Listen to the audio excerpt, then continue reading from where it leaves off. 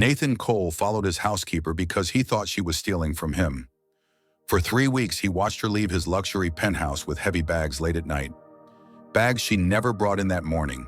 His mind filled the silence with suspicion, with the kind of quiet judgment power learns too easily. After all, he owned half the city. He controlled numbers, buildings, people's lives. And yet something about those bags made his chest tighten with a feeling he refused to name. That night, standing in the rain, Nathan was ready to catch a thief.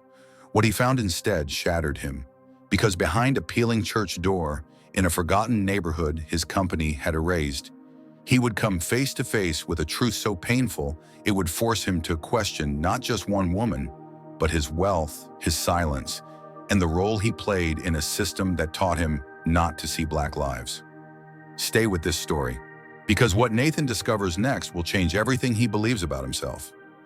Nathan Cole liked to believe he understood people. At 36, he was one of Cleveland's most powerful real estate developers. His name was etched into glass towers along the river, whispered in city council meetings, printed on donation plaques. He knew how neighborhoods worked, how numbers worked, how leverage worked. What he didn't know, what he had never learned, was how it felt to be invisible.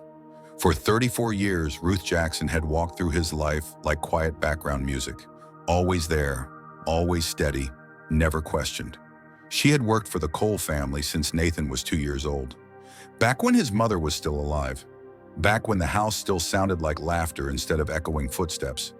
When his mother died suddenly, it was Ruth who held him during the nights he couldn't sleep. When his father shut down emotionally, Ruth kept the household from falling apart. She cooked, she cleaned, she stayed. And like many black women in America, she learned early how to do all of that without taking up space. Nathan grew up. His father passed. The empire expanded, and Ruth remained, quiet, respectful, calling him Mr. Cole even after she had helped raise him. Nathan never asked about her life, not once. Then 3 weeks ago, something changed. It started with the bags. Every Monday and Thursday evening, Nathan noticed Ruth leaving his penthouse with 2 large canvas bags. Heavy ones. Bags she didn't arrive with in the morning. At first, he ignored it. People have lives, he told himself. But patterns bothered him. Repetition bothered him. And after the 3rd week, his mind went somewhere dark. She's taking something. Nathan ran internal checks, inventory, security logs, pantry, storage, safe. Nothing was missing. Not a dollar, not a document. Yet the bags kept appearing. He didn't confront her. Power never confronts directly when suspicion can do the work quietly. On a rainy Thursday night, Nathan made a decision that would change both of their lives. He followed her. He parked a block away from the building and waited. When Ruth stepped outside, coat pulled tight, shoulders hunched against the cold, the bags pulling her arms downward, something twisted in his chest. He didn't know why. She took the bus east into parts of Cleveland Nathan only saw in spreadsheets. The Eastwood District, neighborhoods his company had revitalized, streets where families used to live before rents doubled and notices went out. She got off near a boarded-up church with peeling paint and a flickering light over the basement entrance. A sign out front read, Hope Haven Community Church. All are welcome. Ruth knocked. The door opened. Warm light spilled out. Nathan waited, then followed. What he saw below froze him in place. The basement was full, not chaos, community. Black men with tired eyes, black mothers holding children in worn jackets, elderly neighbors, veterans, people sitting close together, sharing soup from paper bowls. And in the center of it all stood Ruth. Her hair was down, her jacket gone. She wore an old sweater, sleeves pushed up, standing over a stove, stirring soup. She smiled as she served food. She called people by name. Eat slow, Harold, it's hot. Kayla, tell your mom I saved you cornbread. Darius, you look better this week. Nathan couldn't breathe. Those bags weren't stolen goods. They were groceries, paid for with her own money. A young black man stepped forward, his jacket marked with military patches. Miss Ruth, you got extra bread tonight? She smiled. Always for you, baby. A little girl tugged at Ruth's sleeve. Where'd the food come from? Ruth knelt down until they were eye level. From love, she said softly. So you grow strong. Nathan stumbled back up the stairs, rain hitting his face like judgment. He sat in his car for 2 hours, staring at nothing. When Ruth finally emerged, the bags empty, her steps slow and heavy, he rolled down the window. "Ruth." She turned. No shock, no fear, just quiet disappointment. She got into the car without being asked. They drove in silence. "How long?" Nathan finally asked, his voice cracking. 17 years, she said, "since my daughter died." He had sent flowers to that funeral, never asked why. "Why didn't you tell me?" he whispered. She looked out the window. "What would you have done? Made it about you?" The words landed sharp and clean. She showed him her modest house. Inside, a single frame on the wall caught his eye. A military medal, the Bronze Star, awarded to Sergeant Ruth Jackson, combat medic. The woman who made his coffee every morning had once saved 17 lives under fire. Nathan sat in his car until sunrise. For the first time, the penthouse felt empty. He went home and watched Ruth set out breakfast the next morning.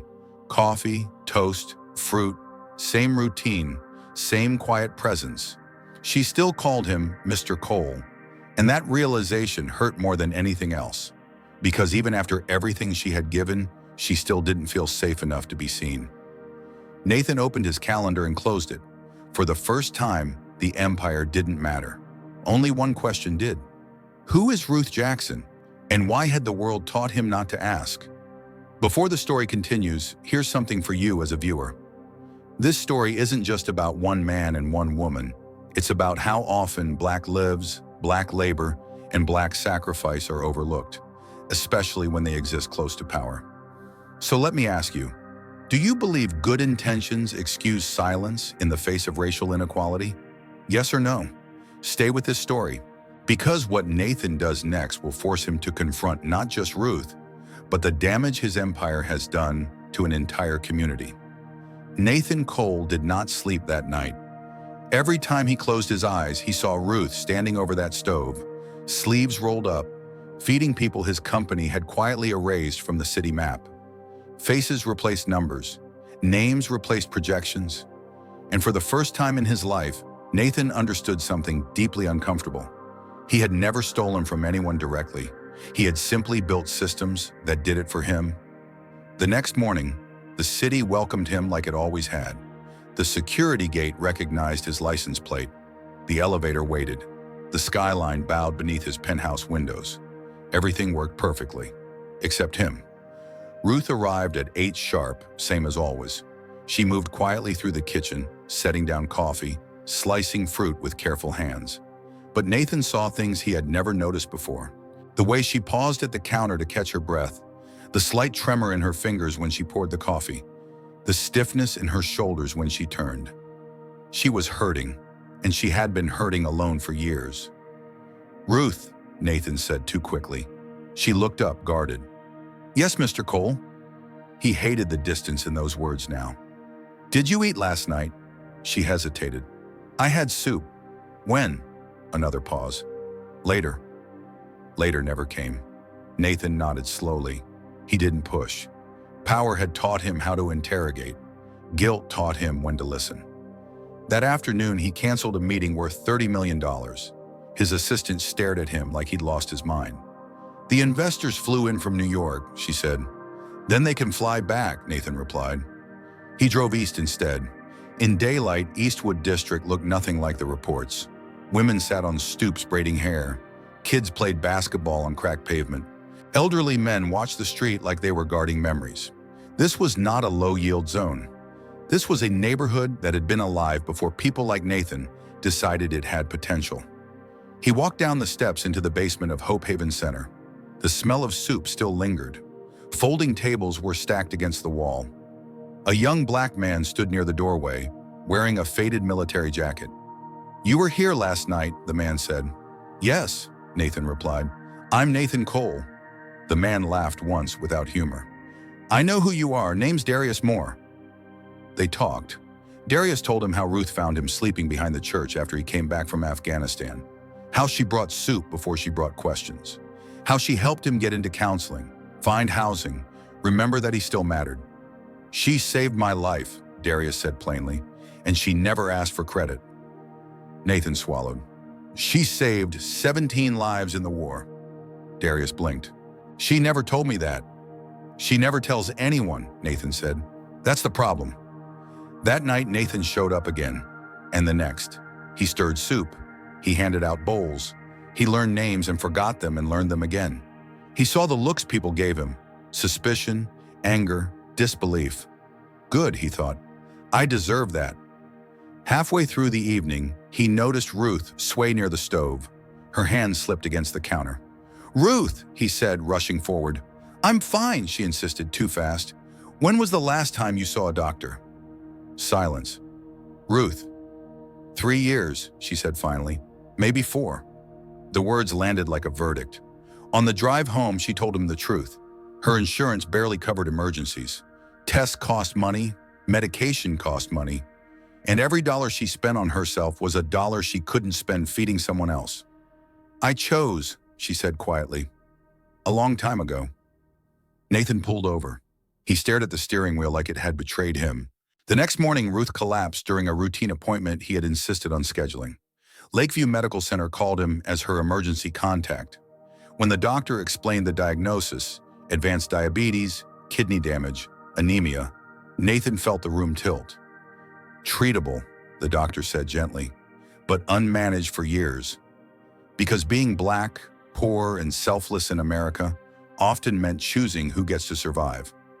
Nathan sat beside her hospital bed as she slept, IV humming softly. He cried for the boy she raised, for the man he became, for the systems he upheld without question. When Ruth woke, he told her everything he had learned. Her middle name, her service record, her daughter Lena, who died because insulin was too expensive. She turned her face away. I didn't want pity. I know, Nathan whispered. I gave you scraps and you turned them into grace. That night, Ruth said the words that shattered him. I loved you like my own, she said, and you never once asked if I was okay. There was no defense, only truth. But the reckoning didn't stop with Ruth. At Hope Haven a week later, Nathan recognized a man from his own reports. Harold Bennett, 73 years old, displaced after 40 years in the same apartment. I know you, Harold said calmly. You raised my rent until I disappeared. Nathan sat with him, listened as Harold described losing his home, his routines, his dignity, not to cruelty, but to indifference. You didn't hate me, Harold said. You just didn't see me. That was worse. That night, Nathan opened every displacement file his company had ever created. Thousands of names, thousands of lives rearranged for profit. He went to the boardroom the next day and told them the truth. This isn't development, he said. It's extraction. They argued, threatened, walked out. Nathan didn't stop. He shut down a major project, rewrote the company's entire model: affordable housing, community ownership, former residents as decision makers. Margins dropped. His reputation shook, but for the first time his conscience was steady. He offered Ruth a partnership, not as an employee, as a leader. Stop trying to save me, she told him. Start changing what you build. He did, and as Cleveland pushed back, as investors fled, as headlines questioned his sanity, Nathan understood something profound. True power isn't when the world applauds you. It's when you finally choose to see the people it taught you to ignore. And that choice will cost you everything, except your soul. Nathan Cole stood at the edge of the Eastwood Commons construction site just after sunrise, hands in his coat pockets, breath visible in the cold Ohio air. For the first time in his life, he wasn't standing above the city. He was standing inside it. The project had nearly destroyed him. Half his investors had pulled out. 2 board members resigned publicly, calling his new vision financial suicide. Headlines questioned whether the once untouchable developer had lost his edge or his mind. Late-night pundits mocked him for letting emotion interfere with business. But every morning, Nathan drove past the old church basement at Hope Haven, where Ruth Jackson still showed up twice a week, health stronger now, steps steadier, to greet people by name. And every morning, he knew he was finally building something that mattered. The turning point came quietly. No cameras, no press releases. Just a meeting room filled with folding chairs, chipped coffee mugs, and people who had once been reduced to footnotes in development reports. Ruth sat at the head of the table, not as staff, not as a symbol, but as a leader. Harold Bennett sat to her right, glasses perched low on his nose, reading through floor plans with a pencil in hand. Darius Moore leaned against the wall, arms crossed, listening closely. Angela Brooks arrived late, breathless from work, 3 kids' drawings tucked into her bag. Nathan sat in the back, and for once, he shut up. They argued, they debated, they rewrote everything. Harold insisted on ground-level apartments for seniors, so no one would be trapped when elevators failed. Angela fought for on-site childcare, so parents wouldn't have to choose between work and their kids. Darius demanded veteran mental health spaces built into the community center, not hidden, not optional. Ruth listened. Then she looked at Nathan. "This only works if people come back," she said calmly. "Not as tenants, as owners." The room went silent. Nathan nodded. "Then we make that happen." And they did. Families who had been displaced were given first right of return, not with impossible deposits, not with contracts written to confuse them, with shared ownership, with dignity. Eastwood Commons became something Cleveland had never seen before. Not a development built on top of a community, but one built with it. The day the city council voted to approve the revised plan, Nathan stood behind Ruth in the chamber, hands clasped, heart pounding. When the final vote came in, unanimous, no one cheered. Harold simply exhaled. Ruth closed her eyes. Nathan felt something loosen in his chest that had been tight his entire adult life. 6 months later, Eastwood Commons opened, not with a ribbon cutting, but with a block party. Music spilled into the streets. Kids ran between buildings that finally belonged to them. Food tables stretched down the sidewalk. Old neighbors found each other again, laughing, crying, pointing at windows. "My apartment was right there," Harold told Nathan, smiling softly. 40 years ago. "You'll get the same view," Nathan said. "Sunrise included." Harold studied him for a moment, then nodded. "I believe you." And Angela's kids played basketball on the new court, their laughter echoing off walls that once would have been off limits to families like theirs. Darius stood nearby, talking with a group of veterans about the job training program he now ran, funded permanently by Cole Urban Group. Ruth watched it all from a bench near the community garden, sunlight catching the silver in her hair. Nathan approached her slowly. "You didn't have to stay," he said quietly. She smiled. "Neither did you."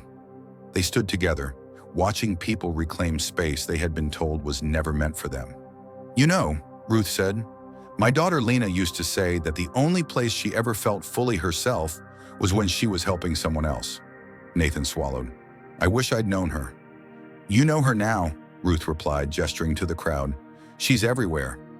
As the sun dipped lower, a little girl ran up, Kayla from Hope Haven, grinning ear to ear. "Miss Ruth," she shouted, "come see our apartment. We have 2 bedrooms," Ruth laughed, the sound light and free. "I'm coming, baby." She turned back to Nathan. "This is good work." "It's a start," he said. "No," she corrected gently. "It's a change." Nathan watched her walk away, surrounded by people who loved her, not because of what she did for them, but because she saw them when the world didn't. He realized something then.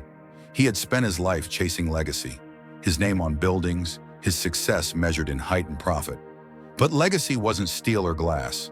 Legacy was this: people who felt seen, families who came home, a city that healed not by erasing its past, but by honoring it. That night, as lights glowed warmly from the windows of Eastwood Commons, Nathan walked through the crowd, shaking hands, listening, learning names. For the first time, he didn't feel like an outsider among them. He felt accountable, and somehow that felt like belonging. Ruth caught his eye across the courtyard. "Welcome home," she said. Nathan nodded, emotion thick in his throat. Home, he realized, wasn't where you lived above others. It was where you stood beside them. As the music played and laughter filled the air, Nathan understood the truth that had taken him 36 years to learn. Real success isn't about how much you build. It's about how many people you lift with you. And for the first time in his life, that was enough. Before you leave this story, let me ask you something. How did this story make you feel? Did it move you, challenge you, or change the way you see things? Do you think stories like this matter in conversations about race and equality today? If you enjoyed this story, comment 111 below so I know to keep sharing stories like this. And tell me, what country are you watching from right now?